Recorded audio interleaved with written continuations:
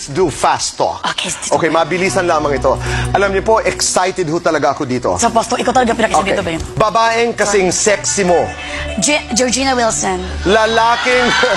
Lalaking muntik mo nang minahal. Jericho Rosales. Paano ka magdasal? Ganito po. Kung mapupunta ka sa impyerno, sino ang isasama mo? Si Kuan, si Satanas. Wis po ko pala. Tao. Tao ba?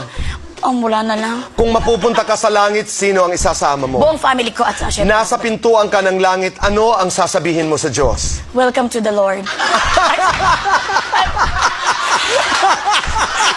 Welcome, Lord. Melay, selosa ka pa rin ba? Hindi na. Oo o hindi. Kapag nahuli mong nangaliwa si Jason, mapapatawad mo ba siya? Mapapatay ko si Kasa.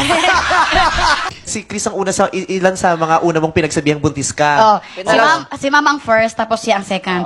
Pero sabihin ko talaga sa kanya, sabi ko, Miss Chris, buntis po ako, Miss Chris, I'm very happy. Siya, oh, I'm very sad, but very honored. Sabi ko, Bakit to very sad? very sad, kasi parang nabuntis ako ba? Kasi sabi niya sa amin, nung sa Singapore pa lang kami, Dapat 28 Melay daw. ha, 28 kang mag-anak, sasamahan mo pa ako sa Chris TV. Sabi ko, oo, Miss Chris, para pag magtinginan kami. Hindi niya alam. Hindi niya alam. Kasi kami parang, Hindi niya alam na may naganap na, may nabubuo na. hindi niya alam na, planado na to. So alam mo na, Chris, ine-etchos ka all the while. Dito si ano. Hindi. Alam mo naman, Miss Chris, naka-execute na kasi kami. Tapos sabi niya, I'm very honored. Sabi ko, Miss Chris, you are the second honor because my mother is the first honor. Kasi, then saka sabi ni Miss Chris, ay naku, Melay, awan ko sa'yo. Sabi niya, tapos sabi ni Bimbi, Mommy, what's happened to Ate Melay? Narinig namin. Bella is pregnant. Melay is Narinig lang namin pregnant. sa- Okay, bye, Melay. Sabi ko. Tapos sabi ko, Ma, buntis ako. Sabi niya, ha? Buntis lagi ako. Ha? Bakit hindi ka maniwala na buntis ako? Ha? Kasi nga alam ng nanay mo, lalaki ka eh. Kung meron kasi ako experience, bago lang din nangyari sa akin, yung parang nagpasosyal kami ng kaibigan. How long ago was this? A month ago. A month ago, okay. So pagpasok namin sa kuan, pagpasok ko sa restaurant, nasa coffee. Pero totoo yan, no? Pagpasok mo, lahat nagtitinginan. Oo. Diba, nakaganon, parang nag-stop ang mundo nila nakatingin. So sabi ko, akala niyo mahihiya ako sa inyo. May pera ako, bagong sweldo. Adjust na yun. So nag-isip ako ng masama sa kanya. Sabi ko, papasok ako. So pumasok ako dito. Okay, and then? Tapos dito na agad ang kuan, coffee. Pagpasok ko, pumasok agad yung kaibigan ko. Pag gano'n namin dito, boy, sabi ko, pa-order ako. Di ba dapat mga restaurant, hindi pala pa-order, no? Correct, Tatawag na, can you have? Di ba gano'n? Pero na-pa-order ang sabi ko. Can I have the menu, please? Pero ang sabi ko, pa-order ako ng blueberry. Blueberry ang nasabi ko. Anong, ano? Blueberry. Blueberry. Oo, pero, oh my God. Pero dahil yun ang effort mo para maging social. Social. Blueberry. So na parang na, my God, dito pwede nagkamali ako. Tapos natingnan ng mga tao. Sumunod naman yung kaibigan ko, bulakan sabi niya, ako naman chess cake. Sabi namin, Chess cake. Chess cake.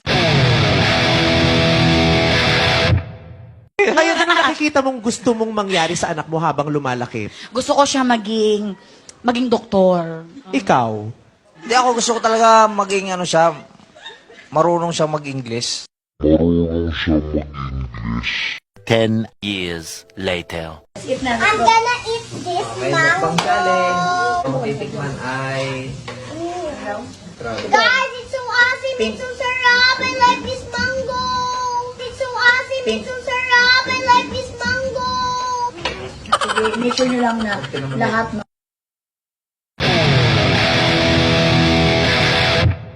Ayan, niluto ko na sa inyo lahat yan, ate, at your favorite.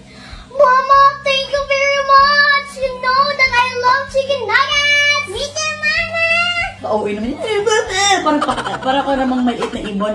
But anyways, I love you so much. That's why I buy that ball to Mama, you. kasi I'm so hungry na, Mama. Huwag ka na magsalita. Kung hungry ka na, kumain ka na. Ayun, kumain na kayo dyan. Dahil niluto ko yan lahat para sa inyo. At syempre, Thank you, Mama. Thank Here. you, Mama. 이번에는 필리핀 국민 스타를 만나러 갈까요? Nice to meet you, Melay.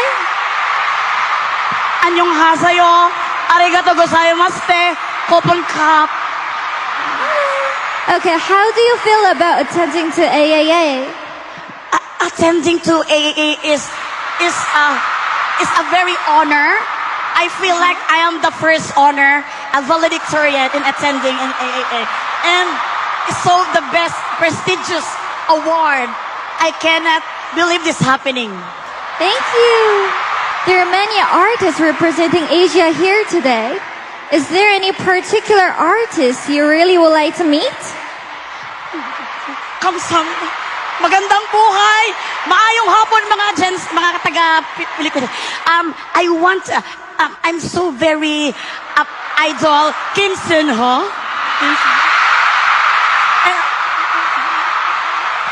Thank you so much for your interview. Kamsahamnida, kamsahamnida.